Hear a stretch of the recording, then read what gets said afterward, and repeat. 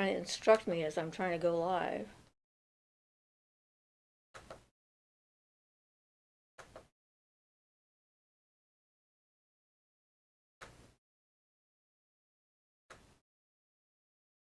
All right, I'm here.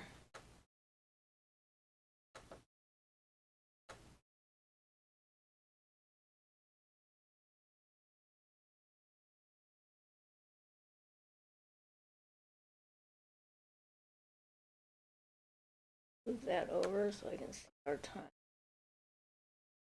There we go.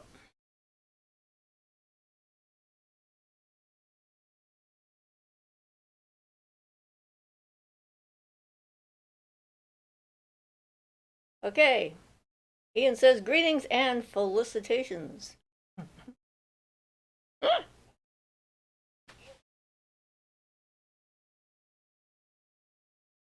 Apparently Ian does need to turn down his speakers or off or whatever so we don't echo across the universe.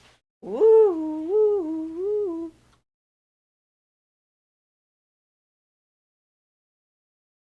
Not fabrication. I wish this thing would stop popping up messages for me to look at while I'm streaming about how I can stream. I'm like, go away and leave me alone. One of the things I think a lot of people are going to be saying that to this AI thing that they're. Sorry. AI is always so much fun. I wonder if it will be Hopefully better than the old animated paperclip. How do I turn that off? Boy, this thing is just going to be annoying today. I have to dismiss that pop-up. Like, go away. Hey, Jono. Thank you for popping in. There you are. I had to take care of a pop-up ad on my channel. It wants me to turn on ads, and I'm like, no. But then I couldn't. I had to go down to find the dismiss button. Pop-up ads about pop-up ads. Yeah, exactly. So, Jono says, hi guys, I can't stay. Just want to send some love your way. We really appreciate that. So, hearts back. How we do it? Hearts, yes. Hey.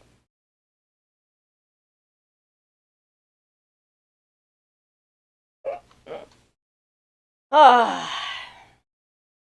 So we're ready, people. Come on by.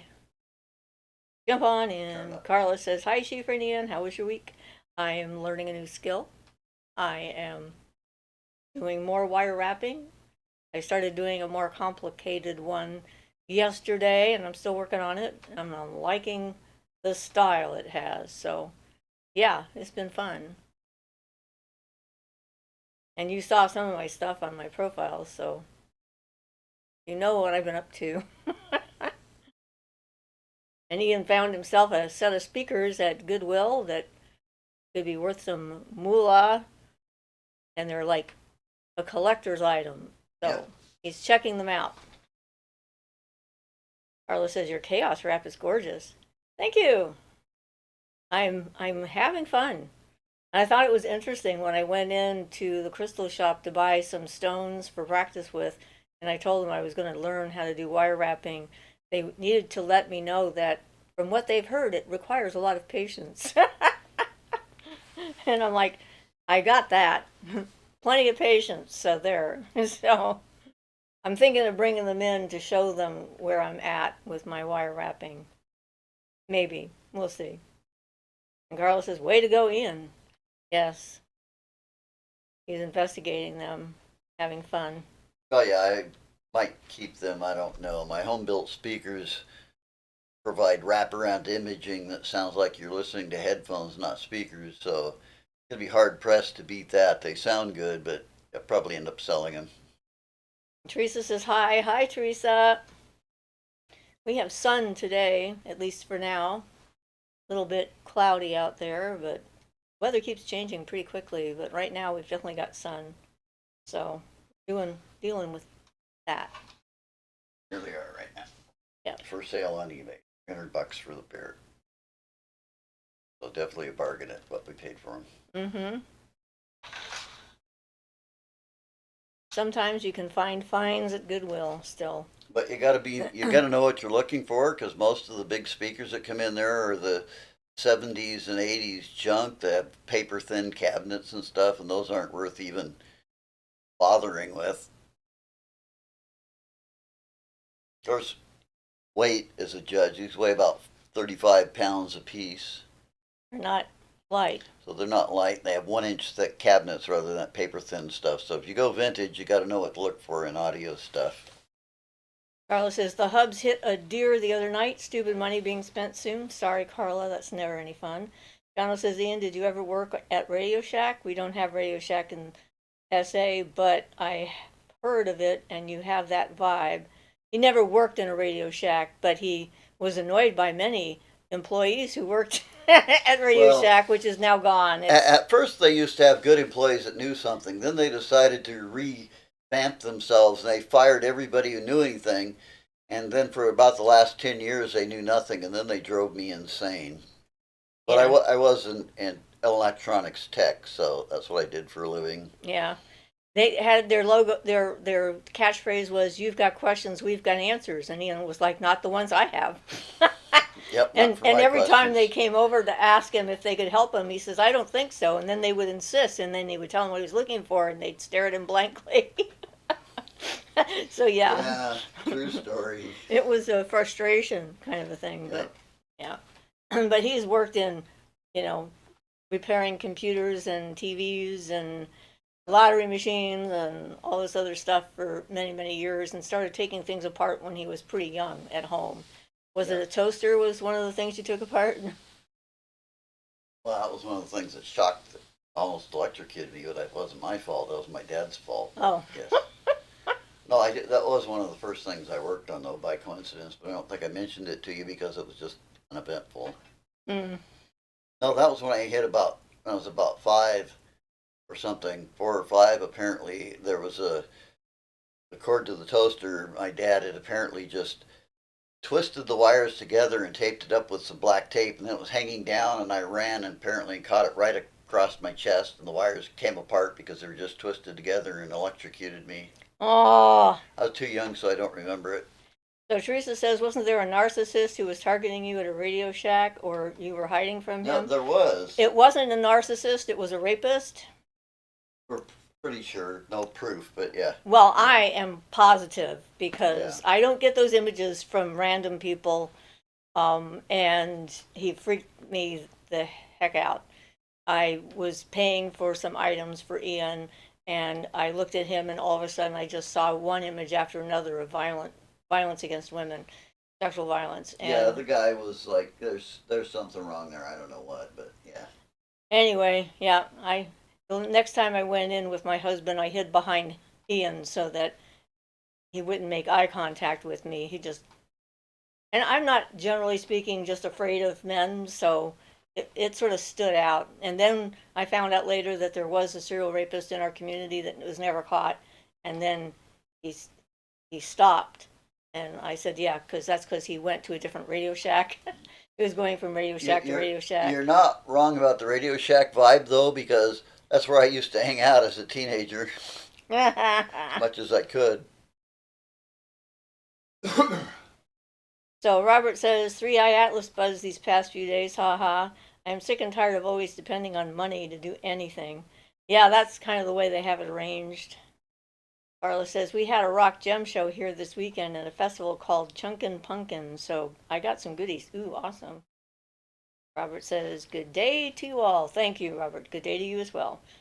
Jono says, it's been a while since I've been shocked by the mains. Wakes you up for sure. Jen says, hello, everyone. Blessings to all. Hi, Jen. Welcome. Yep. Life is an interesting series of events that sometimes you try to string together to make sense, and sometimes it doesn't work. Robert says, rock and gem, my wallet would have suffered if I went there. Yeah. I went to another place and got some more rocks. So I now have more goodies to try and practice wire wrapping with. So It works. I listen to rock. She collects them, yep. I listen to rock too. but not in the same fashion. No, We do listen to some rock music now. always liked rock music. Big fan. Anyhow, yep, we have our hobbies. And since my granddaughter has moved to Washington State, she's not here for the foreseeable future. We're not sure exactly what is going to happen up there since she has removed herself from the area voluntarily, and we shall see. So we're getting used to just being the two of us again. So it's been kind of interesting. Carlos says, I suffered so hard, Robert. Robert says, Chief, any tips to help an empath like me? I mean, any sure way to detect a person's intentions? Is there a spell I can do? Well, I mean, working with your own energy and setting boundaries, and not really, because even when you are as aware of other people as possible, there are still some that are going to fly under the radar. Sociopaths are really good at tricking empaths into a complacency, thinking that we know what's going on. So you still have to be looking for, red flags and signs and so forth. I have come to the conclusion that our best bet is when someone says something that seems strange, odd, off color, and then they say, I'm just joking, believe them. Believe the first part, not the joking part, because they're telling you who they actually are. So judge people by what they say they like and what they do, and act accordingly. Yeah, a lot of people Don't give them the time of day, because it's not worth your safety and your mind and everything else. Yeah, a lot of people use humor in a mean fashion. It's not really funny.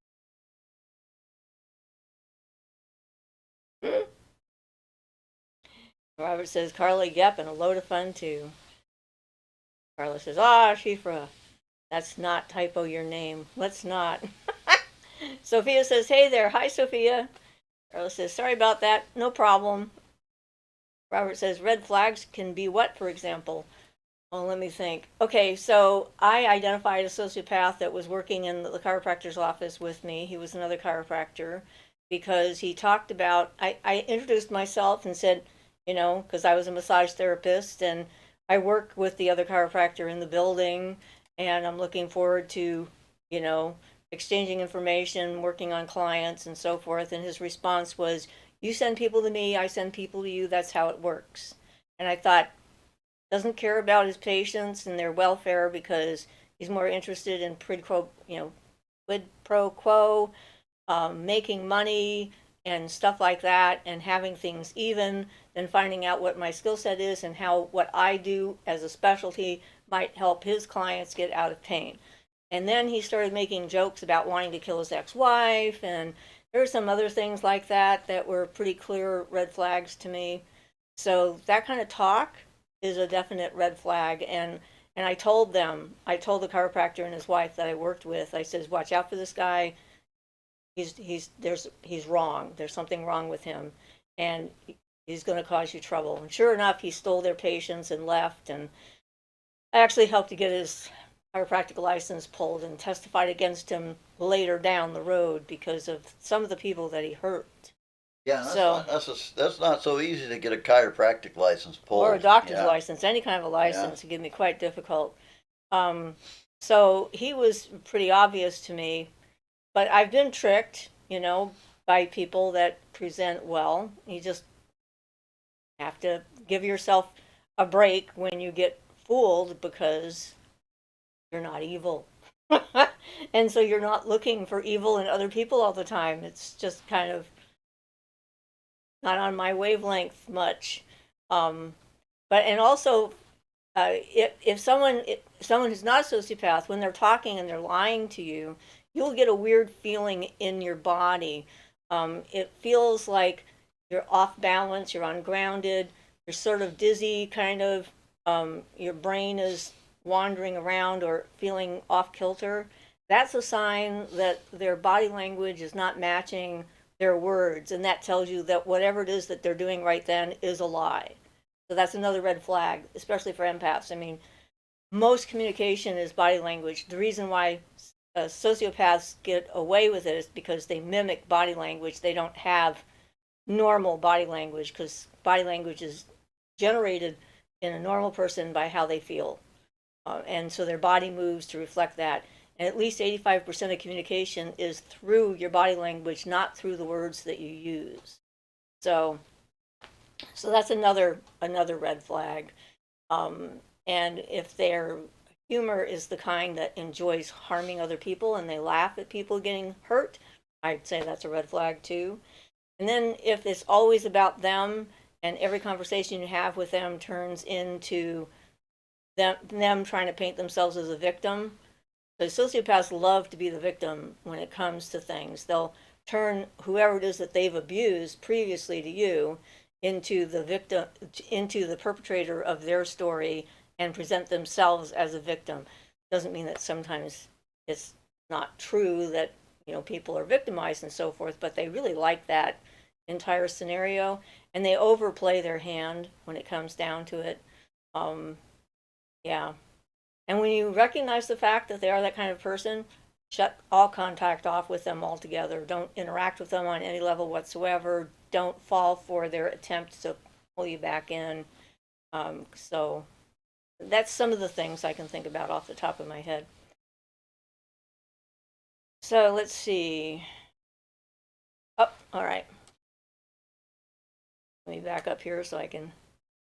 Teresa says, "How did your practice run with Moita go on Friday?" Well, the practice run was to figure out the Zoom thing, the technical part. But Moita has made her presence known in the last few days and given me the usual tingles on the left side of my head, so I know that she knows what's coming and that she is interested. So Tuesday we're going to see what happens when we do that. And I have like 3 spots left if people are interested in experiencing that right now. It's going to be Tuesday afternoon at 2 o'clock. Rowan says, "Hello, can humans decide to have a life as an elemental? Can there be crossover after being a human?" I think that would be a step down to being a human being, because then you are getting rid of all the other you are a being of 5 elements. You also have the elements in you, and being a 5 element existence, you have a lot more possibilities, like right, the whole world more possibilities. It's just being a single elemental like that would be extremely limiting, and in fact, the elemental beings would give anything to be 5 element beings. We're the only ones that have the aspect of Akaja and the free will in that. yeah, and being, if you are an actual elemental, which means that you would be just a single element being, so you'd be only air or only water or only fire or only earth. A bigger potential challenge is you can get trapped in one of the planetary spheres if you were to. There are certain things you can do if you're making communication with spirit beings. Certain things you could do that don't happen accidentally that would get you trapped there for maybe lots of years. So you work off your debt you owe to them, but so you could get trapped in an elemental sphere, but even that is not preferable. Yeah. So I don't recommend it. Yeah. Yeah, I don't think in reality anyone would actually want to do that, because you got a lot better options as it all 5 elements. So Robert says, "I was near a person and 2 seconds later I was sweating under my armpit, so much so I was wondering what was happening." Sounds like a good clue to stay away from them. Either that, or you're having a hot flash and you're going through menopause. There is a male version of not quite menopause, but there is I don't know can't remember what they call it, but yeah. So it could be you got a health condition too, I don't know. But it sounds suspicious. And Brianna says, "Hey." Hi, Brianna. Beth says, "Hi, everyone." Hi, Beth. Robert says, "For example, if I cannot be myself at ease, talking to this person is a red flag." Yes, definitely a red flag. I talk differently near that person. Often we think it's us, but it's them forcing you to talk weird. Yeah, it's your body trying to tell you something is wrong. And if you are uneasy around somebody, it's a why spend time with them? A lot of times they try to make you feel guilty about judging them and being critical and so forth, and or you do that to yourself and you think that it's not okay for you to decide that they're not okay. And really, try not to think along those lines. Maybe they're a perfectly fine person with other people, but if they're not good for you to be around, you shouldn't be around them, and that would be a red flag. Teresa says, Teddy Bear is trying to get my attention by eating cat poop. Does he think I'll think he's cute? I doubt it. Maybe he has a mineral deficiency. Jen says, I love rocks too. I'm still mourning David Bowie. Oh, I love rock too. I'm still mourning David Bowie, EVH, and now Ozzy. Teresa says, and always pay attention to how people treat animals. Big giveaway. Yeah, that's for sure. How they talk to people and about people, and how they talk about and to animals. Yeah. Brianna says, you can tell a sociopath by their lack of forehead wrinkles and crow's feet because forehead wrinkles come from social empathy and emotional responses. And when they smile, it doesn't reach the eyes. They call that dead eyes. Yes. Yes, someone with dead eyes is a very strange experience when they smile and you look at them and it's not there. It's like no one's home. There's no emotion. So Yeah, it gives me a strange feeling, sensation when you yeah, talk to him. Yeah. yeah. Carlos says I'm excited. Good. Robert says I was near a person and 2 seconds later, oh, we did that one. Or he's did that one again. Carlos says excited about our upcoming Zoom. Teddy says andropause. Oh, thank you, Teddy. I knew that there was a word. And Carlos says, and ace, Jen. And what is the andropause? Andropause is the male version of menopause. Oh, okay. Um, yeah. I mean, men go through a change in their testosterone levels and their other hormones and stuff like that, just like women do, but it's different uh, as we age. Robert says, 3-1 Atlas, Opaz, haha. Rest in peace, Ace Freely. I'd Oh, throw and in there Ace. Tom Petty myself. Sophia says, I know they can be good with animals. Carlos says, Dead Eyes. It has a name. Yes, that is the name. And you know, if you get fooled, don't hit yourself over the head with a brick because, And how old were you telling me the lead singer Blue Oyster Cult has gotten now? It's like oh, 78 or something I crazy. can't remember, but yeah, they're It was getting right up there. there, yeah. All the old rockers are getting Yeah. up there and starting to drop like flies. I guess we're into that phase of our life when everyone we knew when we were growing up is going away. Well, my whole family is dead on my side. Well, yeah. My mom is still alive, but all of her siblings aren't. She's the last one in her family line that's alive Well, in her she's like generation. 95. 95, yeah. She's going to be 96 in impressive. December. Yeah. Yeah, I mean, it happens. It's like time goes like this. It's like, you know, you're here and you're young and all the people you know are like, you know, your parents and grandparents and stuff are along that line and then you switch places with the parent if you become a parent or get to that age group and then it keeps going this way. Now I have grandchildren and who knows at some point I might have great grandchildren. So, you know, it's like this weird little timeline continuum even though time doesn't officially exist. We're certainly experiencing that way. Jen says, at Carla, what? Did Ace Frehley pass away? I didn't even know. I know he had a lot of trouble with substances, but he was always my favorite member of Kiss. Yes, I heard that. I had such a crush on him when I was young. Carla says, that's awesome, Siofra. Going to be 96? Wow. Yeah, she's the one that got the longevity gene in the family tree. We looked in our family tree, and my mother and father are actually related to each other, and they're both descendants of the same man from two different wives. And then they merged the tree together. And on my father's side, most of the people on his side lived to be 99 years old. and a lot of the people on my mother's side lived to be 99, and some of them died young from accidents or illnesses or something like that. And so it's pretty clear, considering the fact that that was from the 1600s and up, that we had people living that long. Um, that there's some kind of a genetic component to our particular family tree. My mother seems to have the main. She got that gene. And my father, if he hadn't abused his body, might have lived a long time. He ended up dying from uh, tobacco. He ended up with lung cancer, and he wasn't a nice person, so that doesn't help. I think being a kind person is a thing that helps you live longer. And Well, I think so. I think it actually helps with not having heart attacks, honestly. yeah, I mean, that's not just, being totally stressed all the time yeah. and whatnot. Carla says, "Me too, Jen. He was the only one I liked. Huge crush. He had the prettiest hair." Robert says, "Yes, Schieffer, I won't have this person as a roommate. I have no choice but to take into account this feeling. Boy, very hard to have good roommates." Well, yes, it is. And when I lived in Santa Cruz at the Blue Zoo, everybody had we were changing people in the house a lot. There were like about 10 people that lived in the house at any given time. There were 7 bedrooms, and so we had some couples and whatnot here and there. And we would decide as a group if we would let somebody in. And we had a couple of different potential roommates that I vetoed because it was like, no.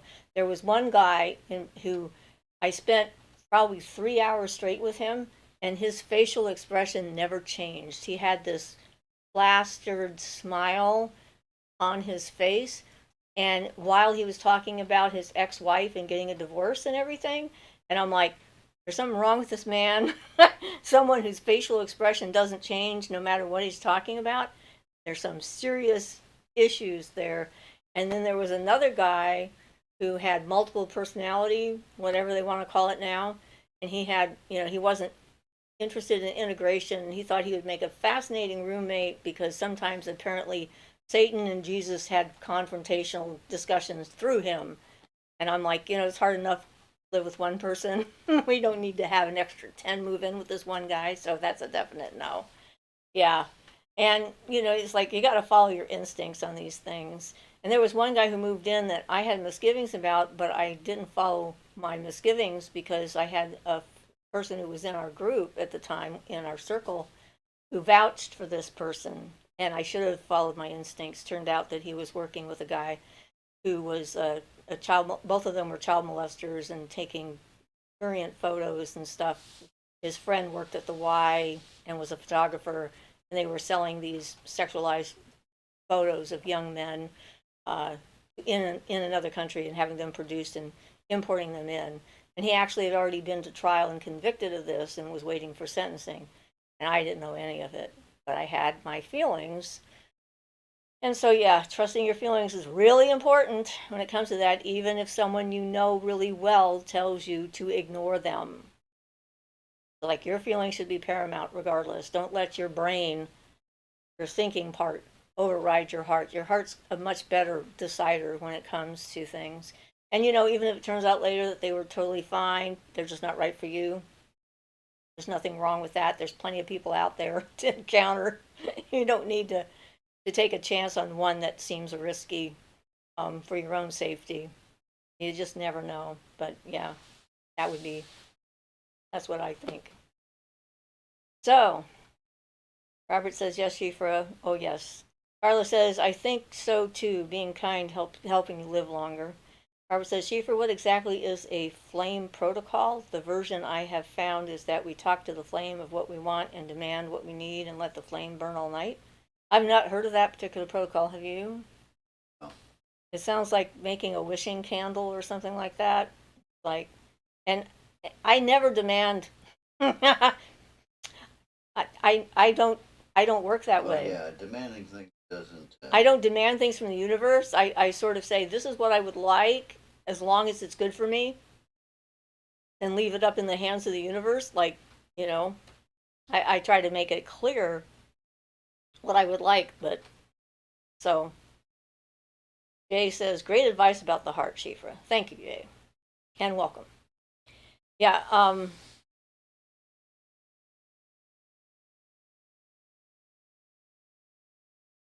Yeah, what we want and demand what we need. Yeah, not my style, so I can't help. I'm sorry. Because there's always things I might not know about what's going on. I figure the universe has got a bigger picture kind of thing about what's happening. And following your own instincts, and when I first uh, met Moida as an adult, I mean, she's been around me my entire life, but when I first started getting together with David and did my first guided meditation, one of the things that happened in that was the realization that my path in front of me had like so many different potential ways I could go, and I wasn't sure which way how do I know which is my path? And Moida was standing next to me, so I asked her, how do I know which path is mine? She said, follow your heart. And that is it. And that's been some of the best advice and the hardest to follow I think I've ever gotten from Spirit. So, yeah, that's my input on that. And says, yes, Ian, Tom Petty was so great and a truly decent person as well. I was so messed up how they announced his death before he had died. Oh, I hate it when they do that. They do that all the time. Fake stories just drive me up a wall. He was one of those people. His music kept getting better right till the end. I consider his last album the best he's done. So, Yeah. he's one of the few bands. A lot of them reach burnout at some point and start tapering off, or they reach such success they start phoning it in. But his stuff just kept getting better all the way through. Teresa says, do you have any advice on how to prepare for the Moida session? No, not really. I mean, I don't know exactly how it's going to work and how it's going to go, but in the sessions that I've done, I've only ever done this with people in the room with them, kind of thing. And she's very specific about how she interacts. She interacts with one person at a time, and no one else exists. So when you have her attention, you will have all of her attention. And people have different responses to that. Some people would get really anxious and nervous and worried, and some people would, I mean, an altered state is a pretty common experience to be with her. It'll be interesting for me to see what I look like when she's in me, because I've never actually seen myself. I've only ever been in it, and other people see my face change and so forth. So I don't know. I guess you'll find out when you come and see how it goes. But her purpose isn't necessarily just to answer questions; it's to give an experience. Um, I don't know. I really don't have any other things to say about that. I don't think. Brianna says, I also don't trust people who pretend they are 100% good, like the Love and Light crowd. They usually have an unintegrated shadow and are dangerous. Yeah, no kidding. Totally. And Robert says, I agree, Brianna. And Beth says, I'll be back. I'm being circled by 4 hungry cats. Okay, good luck. 8 even. Robert says, hello, Beth. Carla says, hi, Bethy. Teresa says, should I prepare some questions? Like I said, you can have some questions if you want, but be present in the moment is the only real advice. To be in the moment, in the now as much as possible, and see what comes. I mean, you can have some ideas, but she's not a fortune teller. She may or may not tell you about past lives. She has sometimes answered those questions and sometimes not. I mean, like I said, there's no way of knowing. And Brianna says, hey, Beth. Carla says, I don't trust them either, Gabrielle. Yeah, I don't trust people who think that they're all love and light. Usually they have a really nasty dark side that they're trying to repress, and it comes out in the most unexpected and annoying ways. Like, what's the word I'm looking for? Trying to control you through emotional manipulation. Making you feel bad about yourself, that you're just not so good and not as good as them, and that you shouldn't have the feelings that you have if they're quote unquote negative feelings. Feelings aren't negative or positive, they're just whatever they are. and how you deal with them can be negative or positive. But Their effect on you can be negative or positive, right, yes. based on how you deal with them. With themselves, they but just that by are, themselves, they just exist. And if you can deal with them that way, that's obviously the best. I was at a woman's house one day, and she had a little thing she put up on her fridge. Apparently, she was having issues with her husband at the time. I didn't know her that well, but on her fridge it says, "It's what I feel that makes me real. It's what you think that makes you stink." So Okay. I'm thinking that said everything she needed to say about how she felt about the situation. But yes, you never know. Brianna says, "Yep, exactly," and Carla nodding her head. Yes. Like I said, this is going to be an experiment. I don't know what to expect, so how can I tell you what to expect or how to Neither do prepare? I. Yeah, Ian's going to be here with me in person, so I have a physical person to connect with to help her bring in, because it's always been shared energy with other people that's assisted in this process with Moira. So Carla's laughing about the think stinking thinking. Brianna says, dang it, I'm going to miss it. I have to work. I'm sorry, but there may be others. I mean, this is like our first attempt to see. I don't know how it will work or if it will work over the internet.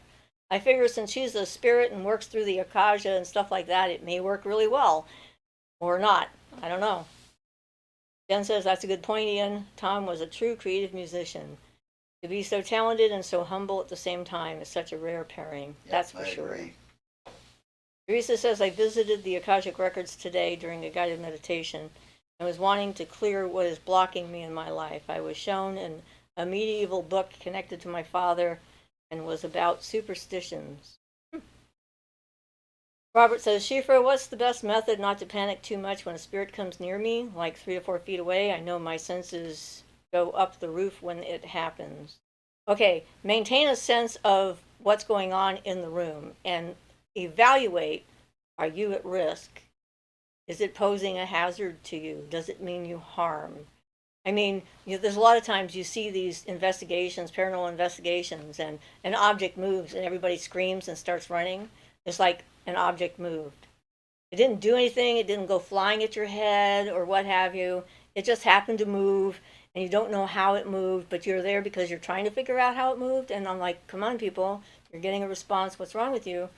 Um, and it's that idea that if we can't see and understand what's going on, it must be dangerous. Is there's a primitive, you know, sort of lizard brain response to something. Having the lights on can help for sure, because then you can see anything else that might be going on when a spirit gets close. I know even for myself, with all the experiences I've had, I prefer it when the lights are on, because then I know nothing else is happening. Like, there's no physical danger or what have you. But, think about the experience you've had, and you can tell them to back off. You say, you're too close, you're making me feel uncomfortable, so can you just back up a little bit? And if they do, then you know that they're listening and they're paying attention to you. And if they don't, then you can banish their ass and tell them they have to leave. Because you have the authority to do that. No spirit can actually come close to you without your permission, tacitly or on purpose. Yeah.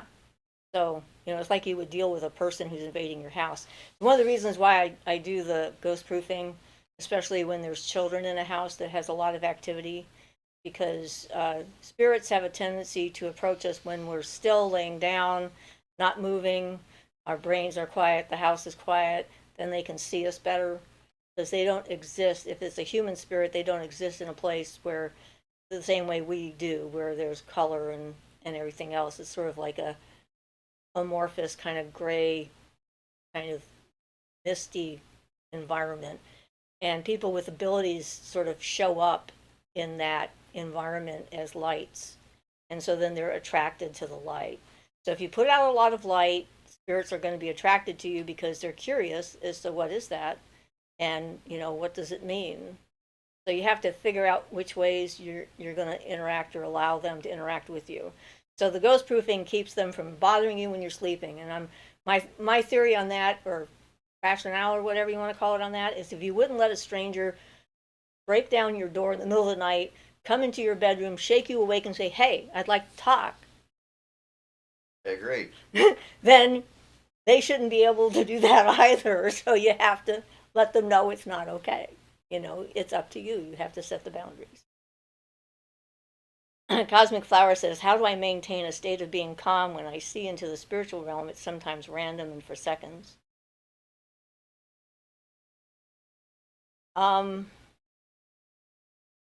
Curiosity. Try not to judge what you see by human standards, maybe. I know with my experiences with different kinds of non-human spirits and fae and so forth, it's like they don't conform to our idea of what looks beautiful or safe or what have you. They have their own shape, and judging them by their actions, not by how they look, and what is their. Well, yeah, if you can suspend mental judgment, that helps. People find that difficult in general.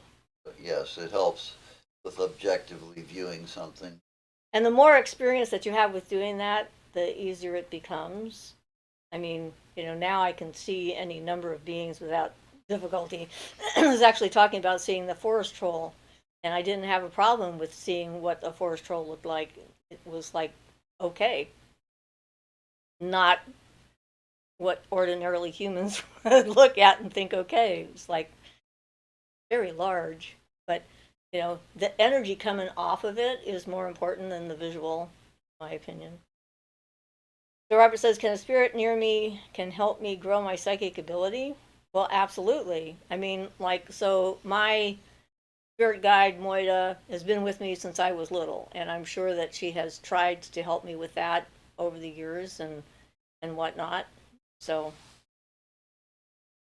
Brianna says, I have so many spirits, mostly fairies, in my place 24/7, and I'm ignoring them all because I have a crush on someone. Well, good for you. Robert says, you're very lucky, Brianna. Cosmic Flower says, I get pulled out of it, Oh, I see. So you're in it and then you're suddenly not there. Practice. Staying calm. It's like the only thing. Yeah, getting used to it.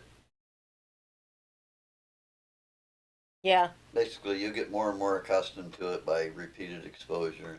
There can be a fear of going insane, like losing touch with reality and so forth. So you can have, to help you with that, maybe you can have like a kind of a touchstone that you have in your pocket that you can hold on to that lets you know that, you're okay, everything is fine, maybe. I don't know. Or to help you ground. An idea.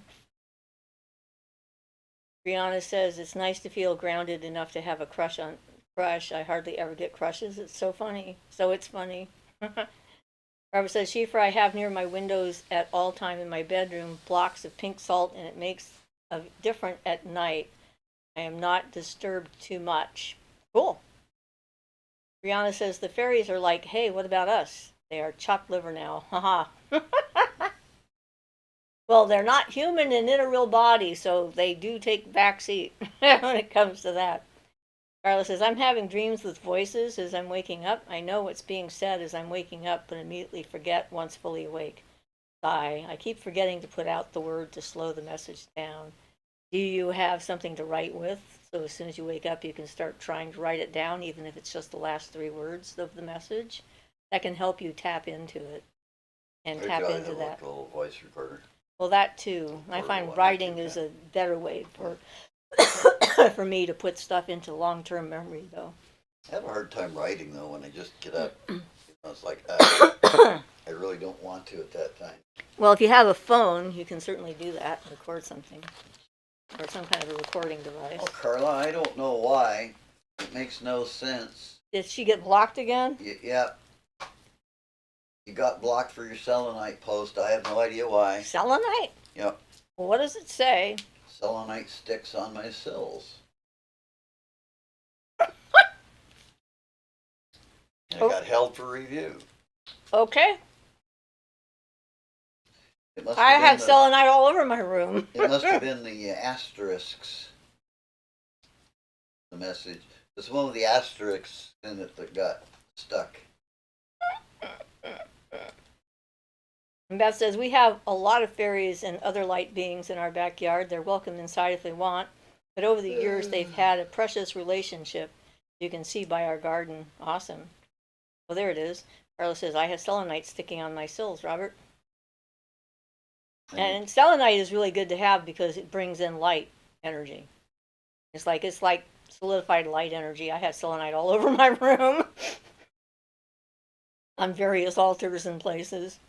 Robert says, me too, Carla, but when I use selenite bracelet all day and night, I have dream from my higher self, and it's impressive. Cool. Brianna says, yeah, I'm doing normal human things, like watching movies and spending more time with people, so it's helped me not to be away with the fairies all the time. Cool. Rowan says, I love your talks on the Fae. They are active here on my property. Thank you. And I love them too. Jen says, the censorship on YouTube is getting ridiculous. I have to agree when it's censoring stuff like that. That's not even. Who knows what their algorithm is learning? I keep ignoring their AI. Go away and leave me alone. I'm doing it my way. Thank you very much. Well, that's a problem, you know. If AI actually got it right all the time, but you know, you don't want it to be like a self-driving car that crashes occasionally. Yeah. Not to go there either. So Robert says, Siofra, the person I detected weird, works at an old folk residential place, and she was packed with sorrow spirits all over her astral, etc. One other reason to perhaps not choose this person as a roommate. Yeah, because talk about having baggage. And she's going into a place and bringing them back with her. Sounds like she's not taking care of her own psychic garbage. That's what I call it. I mean, you know, it's like each one of us is responsible for taking care of our own stuff when it comes to that. And if she's not, then she's probably looking for someone who will take care of it for her. And you don't want to be that person to take care of it for her. Yeah.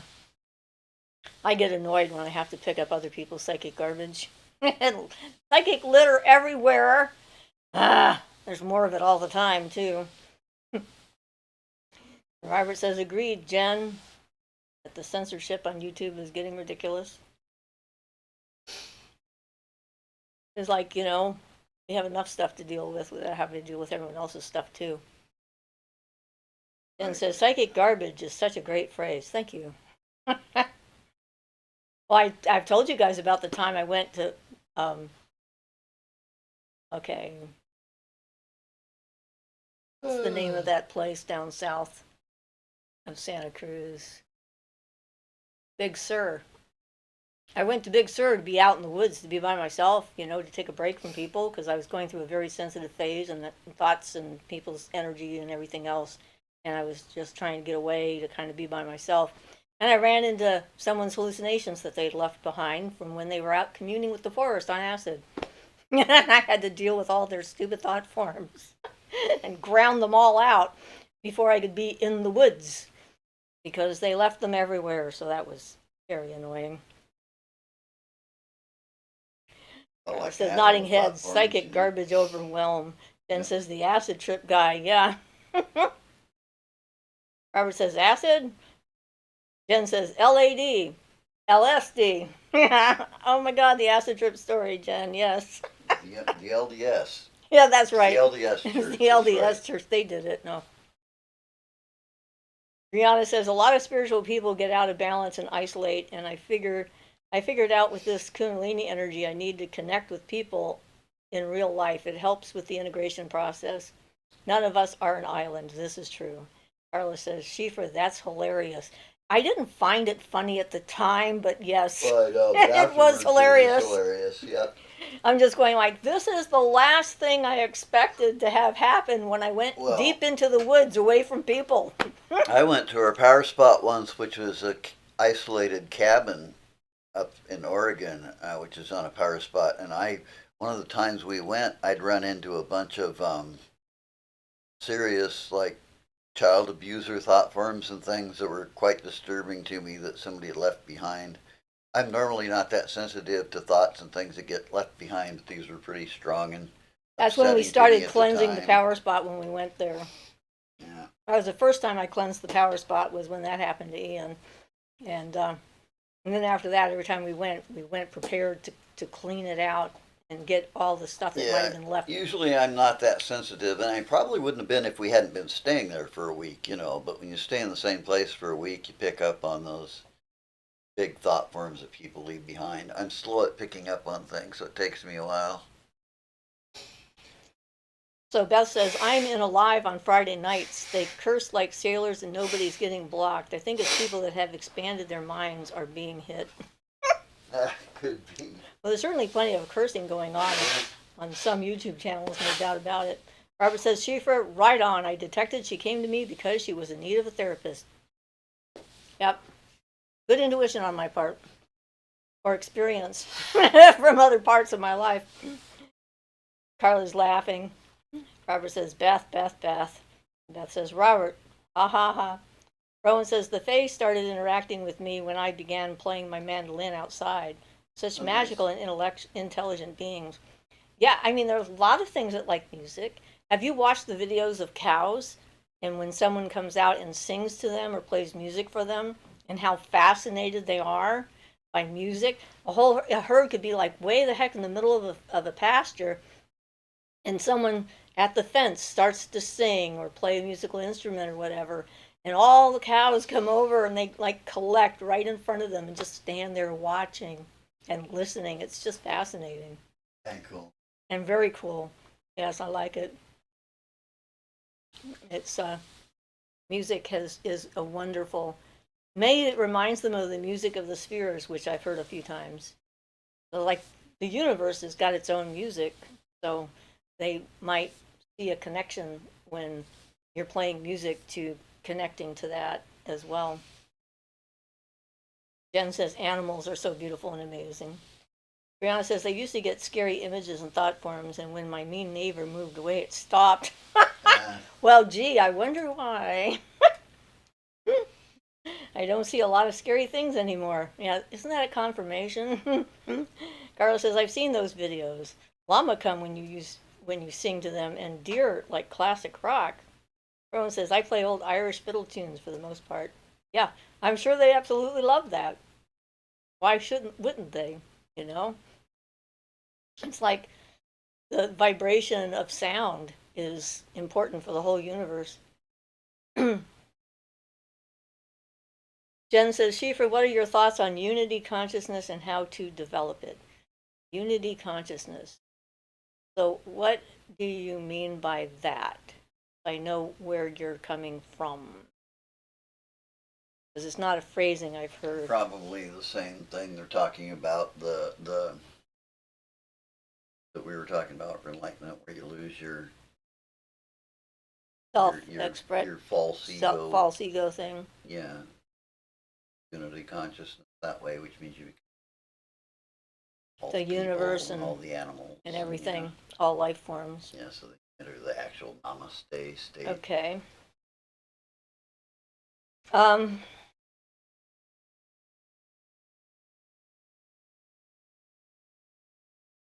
Well, I think exposure to other forms of life and energy and so forth, and getting yourself out there in the world would be a good way to start that. Yeah, one of the main things that keeps us from that consciousness is thinking and judging things. If you could and watch an animal and not even think about it as an animal, almost just observe it, not thinking about what you know about that animal or its past and its future, then you kind of achieve that. There's a state. Sorry, I get way too detailed for basic questions. Sorry. Okay. So Brianna says, so not sure if it was her or not, but she was a narcissist and very angry, constantly trying to upset others. It seems pretty clear. Barbara says, Siofra, I know you're an empath, but are you also an artist? And what about Ian? Is he an artist? The answer to that question is yes. Both of us are artists, as well as empaths. I do oil painting, among other things. Yep. And I do beading, and now I'm trying my hand at wire wrapping, and yeah, I have a good sense of form, shape, color, composition, and all that other stuff. Always have. Very creative individual. just finding the right form to put it in. Jen says, I mean in the sense of having love being the binding force that unites us. Okay, so my opinion is that the energy that created the entire universe is the energy of love.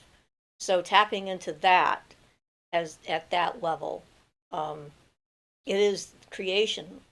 Love created everything, but not as a feeling and not as an emotion, but as an energy. Words are inadequate to describe what that is, but you know, everything is connected, and part of our problem, I think, as humans, is that we have been isolated and disconnected from the fabric of reality because everything else is still connected. Like the animal kingdom and the plant kingdom, the biosphere that we live on is all connected to itself and to each other. And then everything is connected to the everything else in the universe. It's like there's a connecting fiber web or whatever you want to call it that that links all of it together.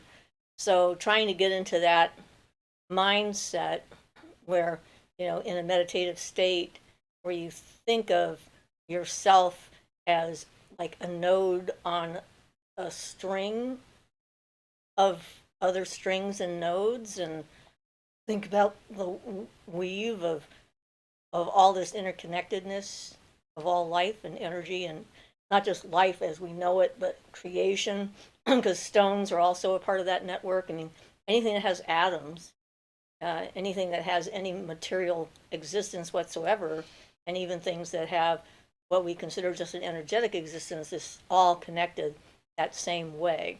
And there's times when I'm going to sleep, just before I go to sleep, I think of that like as myself as like a small node in this network of things, and that there are connecting fibers that leave from me that go to other places, and sometimes I follow them to see where they go, and you know, connect with them, so forth.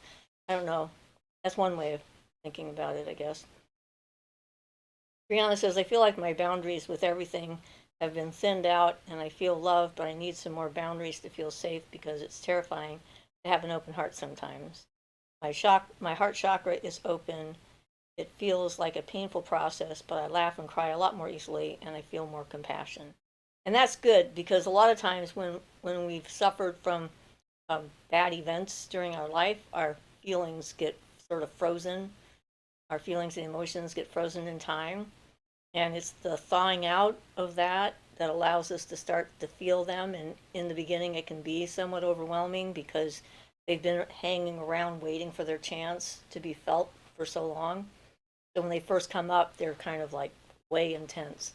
But as you allow them to continue to be expressed and felt and encountered and so forth, they get less and less intense because then they don't have to vie for your attention. They, you know, it's like they're getting what they need out of it. You're getting what you need out of it, and they're free to go on.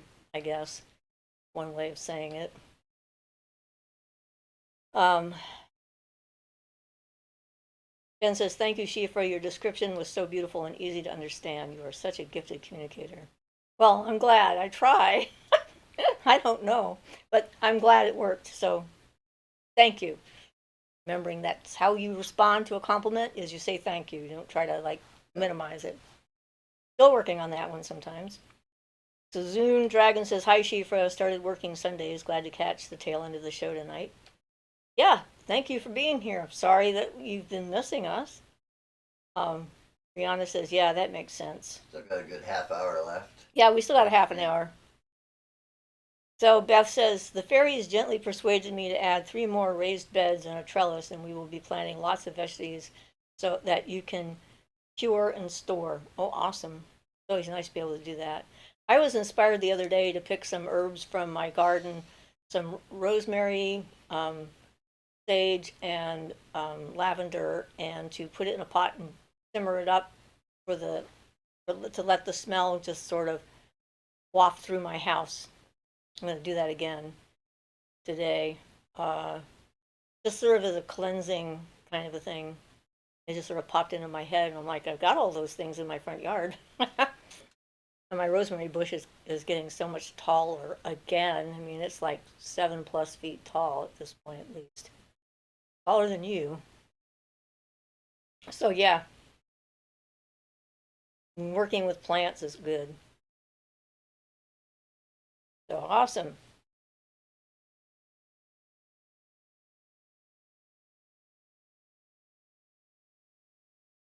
Hmm. Have some water.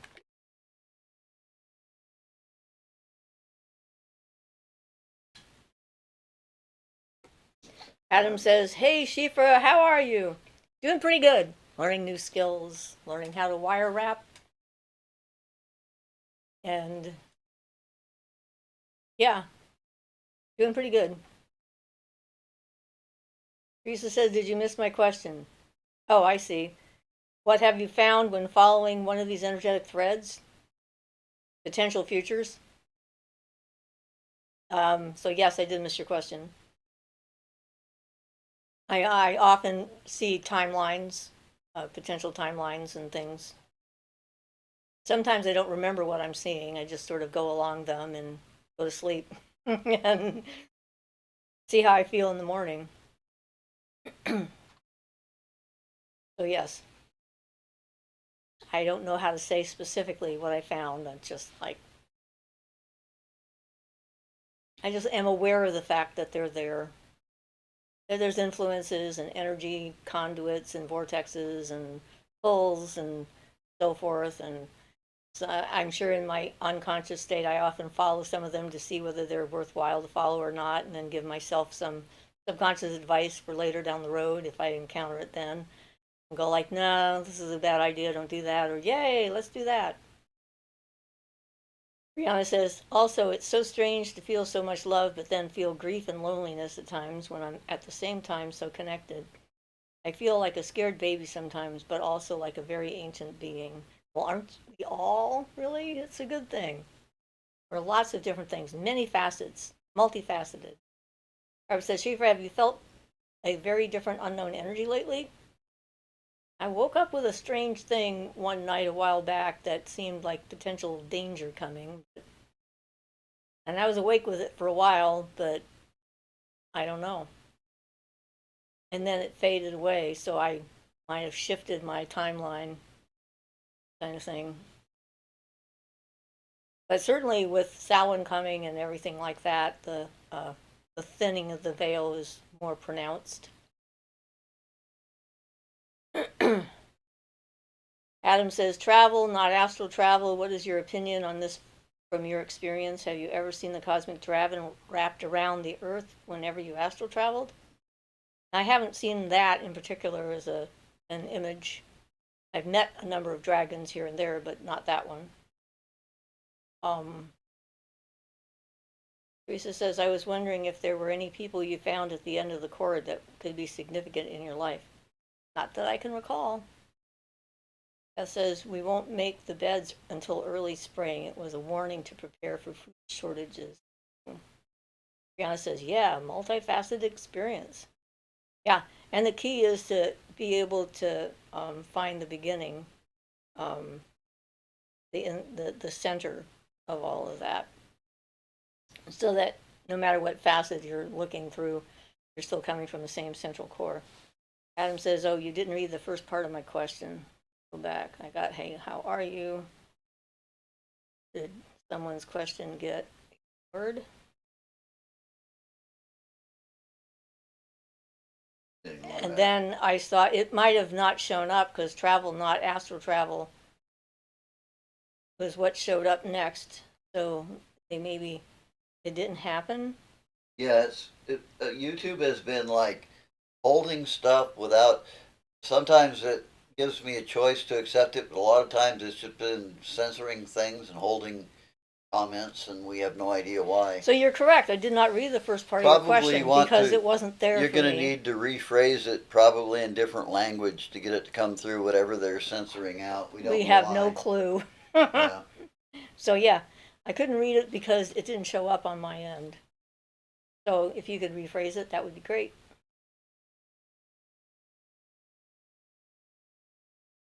I like to have full questions when I can. Mm-hmm.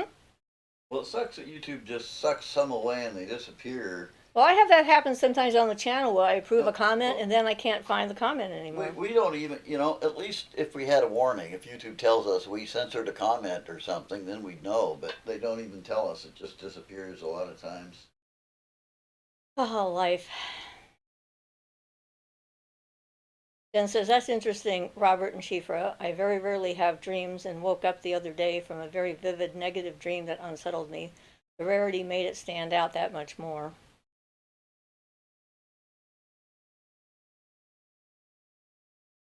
Yeah, you never know.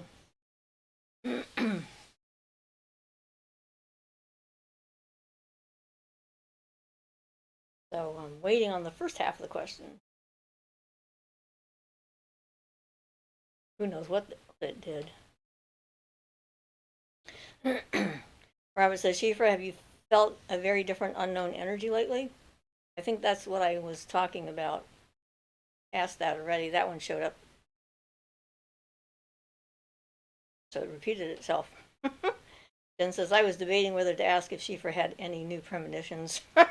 Carla says, be the frog. Yes, be the frog. Robert says, me too, Jen.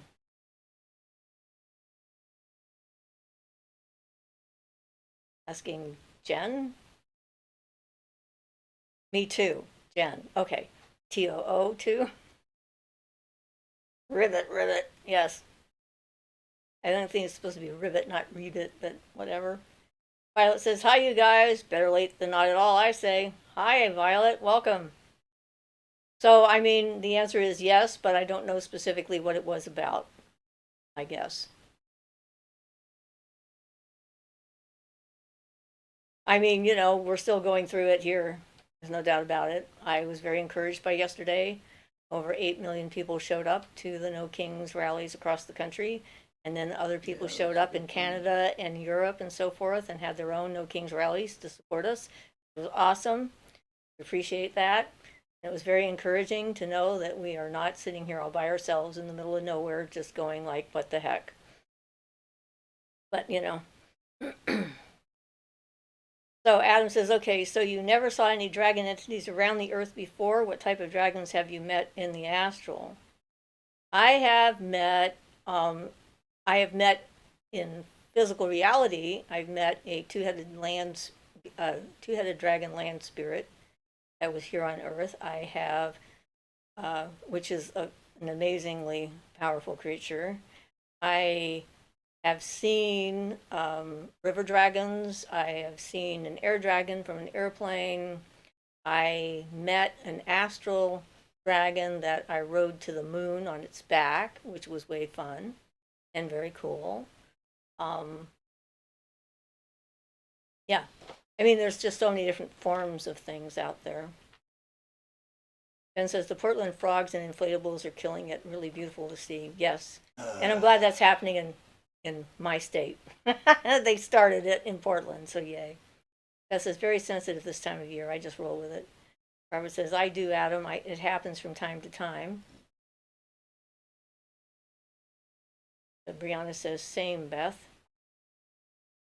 Beth says Brianna hearts and Robert hearts. Teresa says astrologically November is supposed to bring up the No Kings thing again, but this time it will be less polite and things are supposed to get more real. I guess we'll see what happens.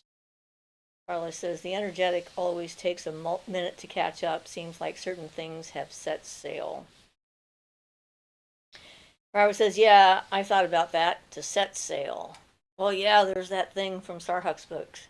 Set sail into the west, set sail. Yeah, can't remember the rest of that particular chant that Starhuck wrote right now. Cool. Who knows who knows here what is 3-1 Atlas? Laugh out loud. At the moment, I think it's actually an object from interstellar space that's traveling through our solar system, and it's unusual because we haven't seen everything in the universe. And we're getting an opportunity to see something that we never even imagined, like some of the stuff that we've discovered about pulsars and black holes and dark matter and everything else. So hopefully it'll give people some broaden their minds and into what could happen, and it could be an indication of how life has traveled through the universe to see different planets. I don't know. It certainly seems to have a fair amount of water on it and a bunch of other things that are unusual. And sort of like how plants fly, their seeds fly through the wind and go to an island where there's no life at all yet because it was a volcano and just popped up, and then land on the island and start growing things. And then birds come flying by and go like, "Oh, look, a new island. Let's go and check it out." And then they bring things with them. It's like not an unusual event on the planet. Seems like it wouldn't be an unlikely event in the universe either.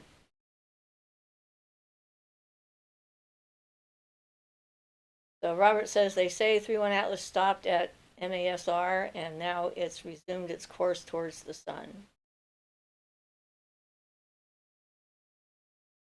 I'll wait and see what happens. I'm collecting its energy as it goes through, though, in my globe of external to Earth energy, cosmic stuff. Mars. It stopped at Mars, and now it's resumed its course towards the sun. Sorry. Okay. That makes more sense than MASR, which I wasn't sure what it meant.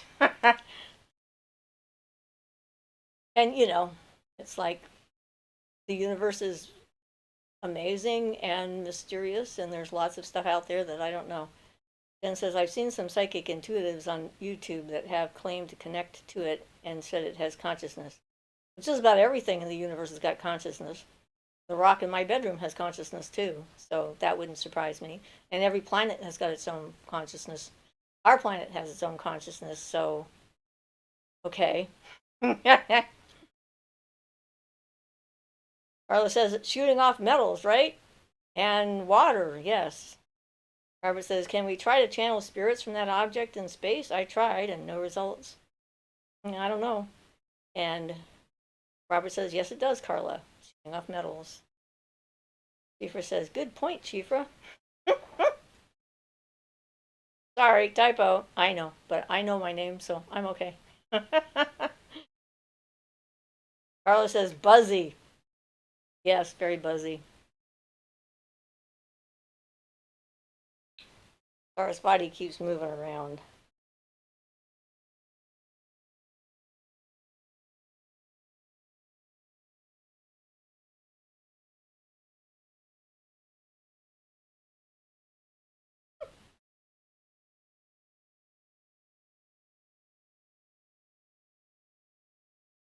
Accent. Yeah. Robert says, I sure hope people will not create a buzz over nothing. YouTube now is on fire because of 3-1 Atlas.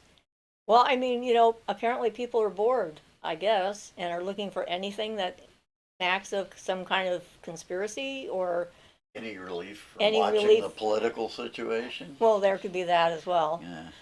I mean, the universe is vast and mysterious, and there's like lots of things out there. So, it's like good for them. I try not to jump to conclusions.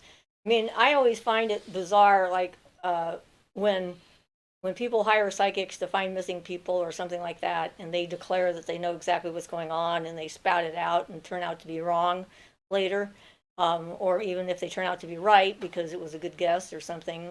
I mean, I don't ever feel that confident in my abilities, even though I am considered fairly psychic.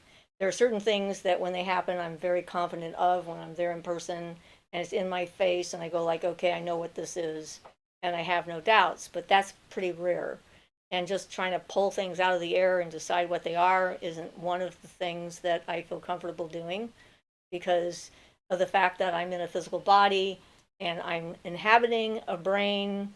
And even though my spirit may be timeless and spaceless and be able to travel in all sorts of different places and so forth, my ability to communicate with what I know through the body I happen to be in is somewhat limited, and I can be wrong. I don't consider myself like a, absolute authority on anything because there's lots of things I don't know, and I think that's a good thing because the You know what they say, the more you know you don't know. And if you don't know that there are things you don't know and understand, then there's something wrong with your head because you think you're smarter than you are. Of course, that's that whole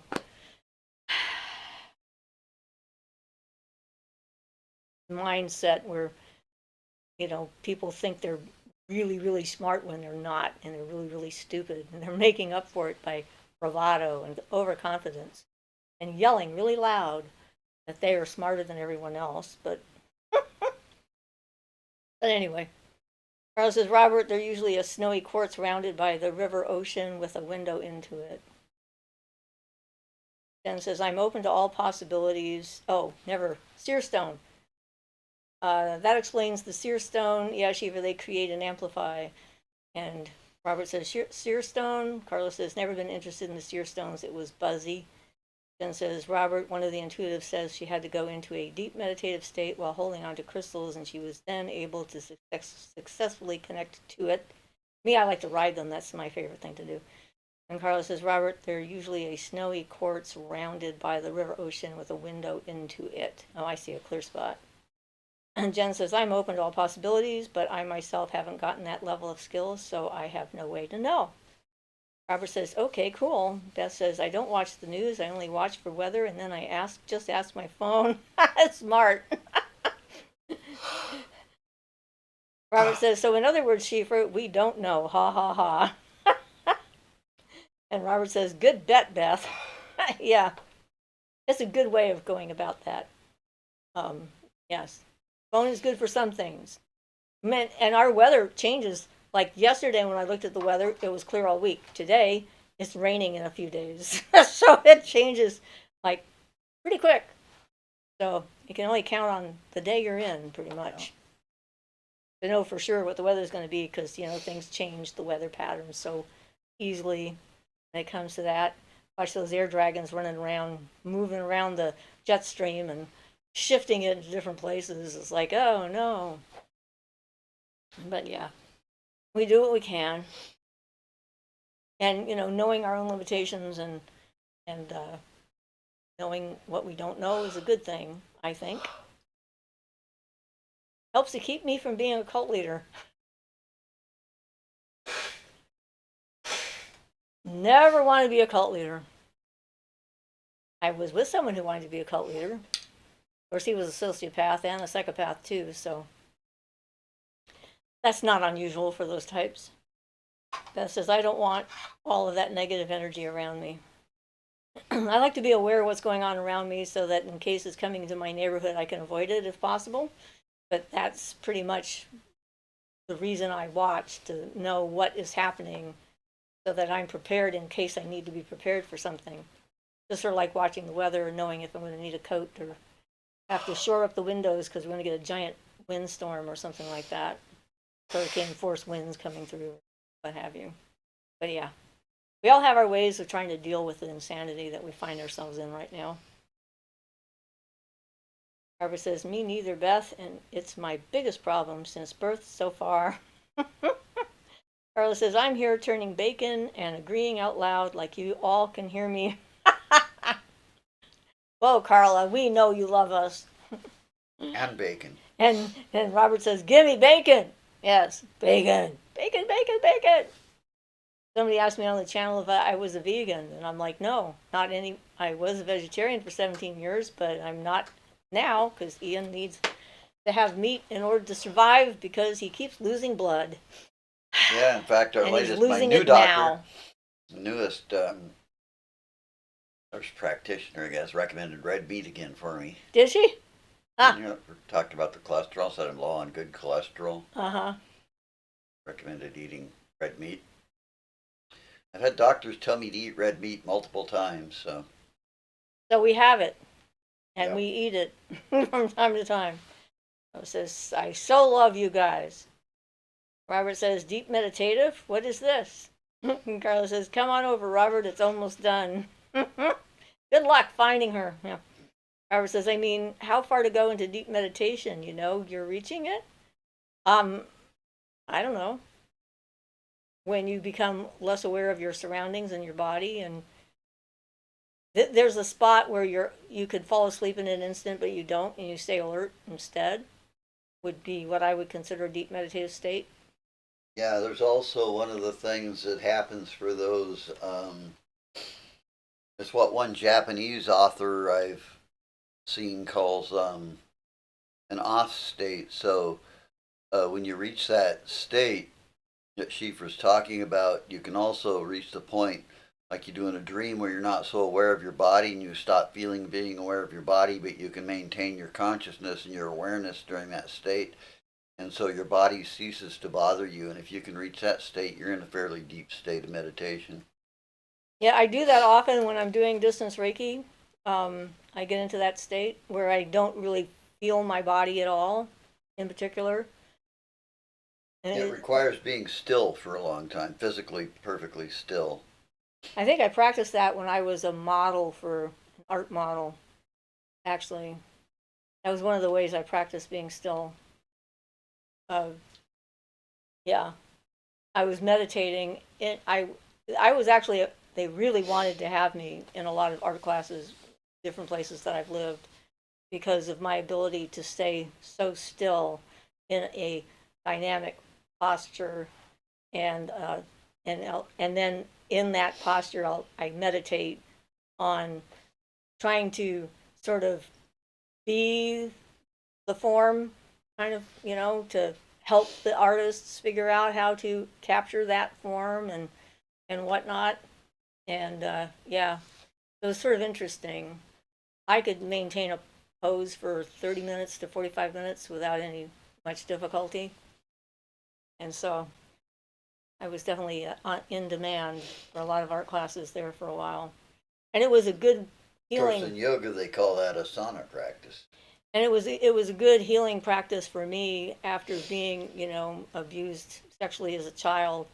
Be able to be naked in a non-threatening, safe environment. Sort of like when people come to see me as a massage therapist that have a similar kind of a background, to have non-threatening touch, encountering safe touch, and that kind of thing. So, yeah, it was part of my recovery, I expect. Anyway,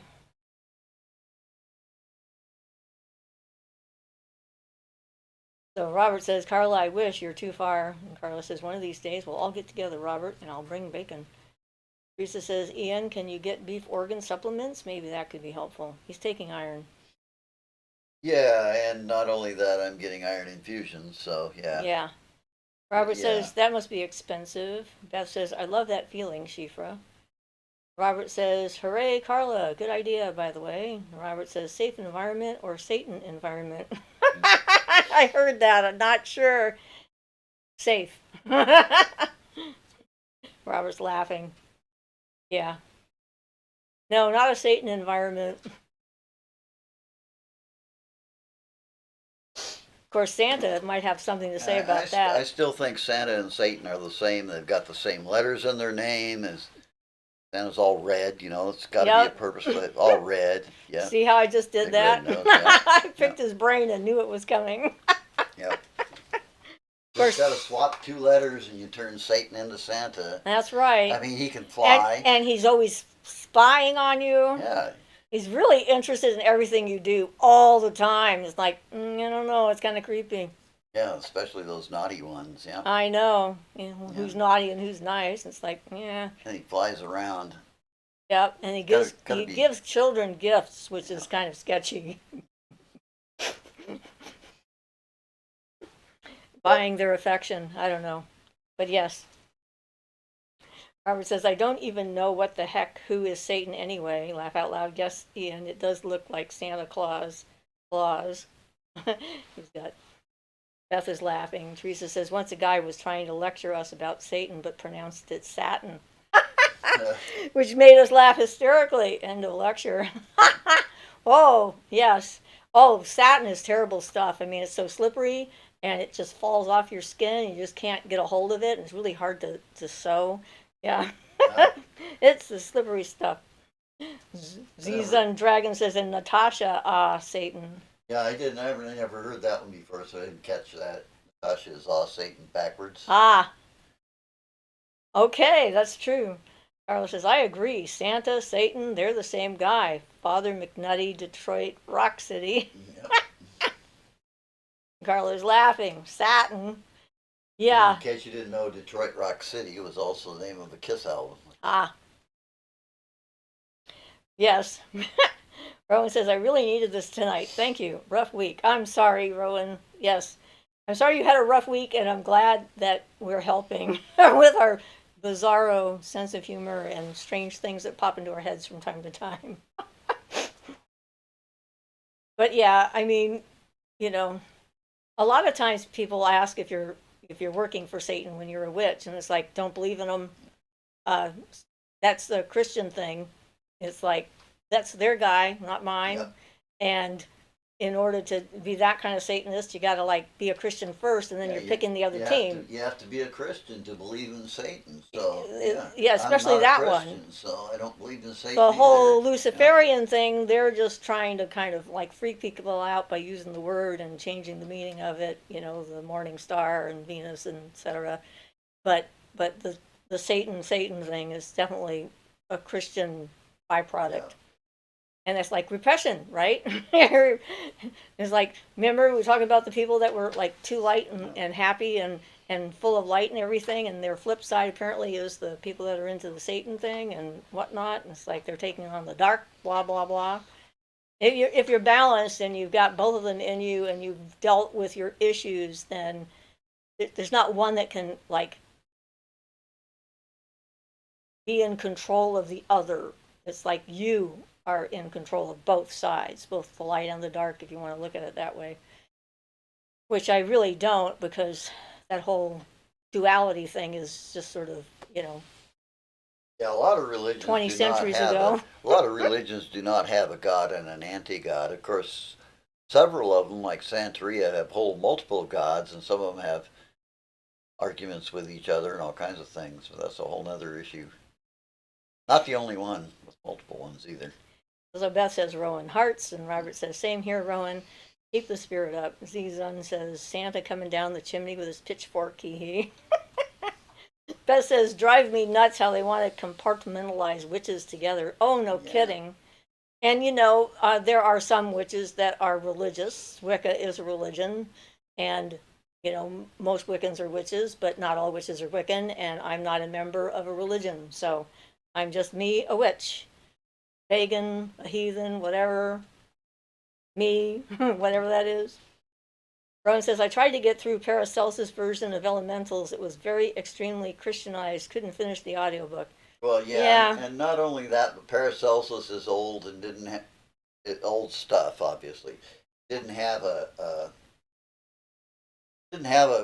clear view of it anyway. If you really want to read about the elemental stuff, the elementals, go through Barton's initiation into hermetics. You'll learn a lot more about it. That's accurate and verifiable information. Right. Adam says, wait, are you claiming only in JCI there is a god and an anti-god? Well, no. No, but that's one of the major ones. I mean, there are a few others, you know, but yeah, most of them don't come out nearly as strongly as the Christian God and anti-God.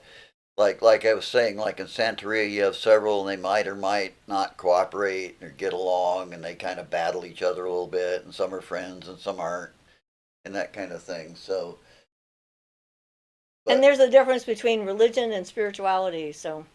yeah, So Rowan says, thank you, everyone. The world is very taxing right now. I'm also an empath. and the word I would use there is Abrahamic religions. So that would include not just the Christianity, but Abrahamic religions that have the story of Abraham. All Well, of that's those have the God and Judaism, anti-God. Christianity, Yeah, and Islam are all the Abrahamic religions. Those yeah. are, So they all have a God and anti-God. yeah. So Jen says, hugs, Rowan. I'm sorry you had a rough week. Robert says, me too, Rowan. Teresa says, Rowan, you take care. Things will be all right. Hugs. Rowan says, I have all of Barton's books. Love them. Awesome. Yep. Carlos says, I'm super triggered with organized religion. So yeah, free reigning pagan here. I like that. Free reigning. Yep. I'll adopt that. And then Jen says, me three. I have been so emotionally overwhelmed. Zun says, I would think most of us in here are empathetic on some level. one would hope if we have Yeah. a hidden psychopath and sociopath in here, they're probably not getting much joy from our conversation. Because, I'm hard to manipulate emotionally with words. So, and in person as well. So, Yeah, we get the seldom occasional troll, but mostly we got a really nice, good, solid group. Yeah. Group here. So we're now out of time. So everybody have yourselves a safe week, and some of you I will see on Tuesday, and if anyone is wanting to join the experiment of me channeling online on Tuesday, you got to send me an email. I've only got 3 spots. So Siofra's Magic Alcove at gmail.com would be where you would send me an email if you're interested, and I can send you the link. And it's going to be Tuesday at 2 o'clock Pacific time. So for those of you who can't attend and want to, I'm sorry, but maybe there'll be more if this works. So like we'll say, we'll figure this out. So Beth says, great live, blessed be. Rowan says, sometimes it's too much. Help taken away from folks that need it. It's tough. Ian says, blessed be, hail and farewell. Adam says, all the best. Teresa says, see you on Tuesday. So excited. Oops, I'm spilling my water. Oh, got it. Okay. Carl says, hugs, Rowan. Robert says, was a good chat. Bless you all. See you next week. Ian says, you are all very appreciated in our chat. Jen says, blessed be. Lots of love, everyone. Violet says, bye. Carla says, much love, everyone. See you Tuesday, Siofra and Ian. And Zizun says, great to catch up with you all. Much love. And Robert says, yep, all the best. Okay, Bye, guys. everyone. Bye-bye.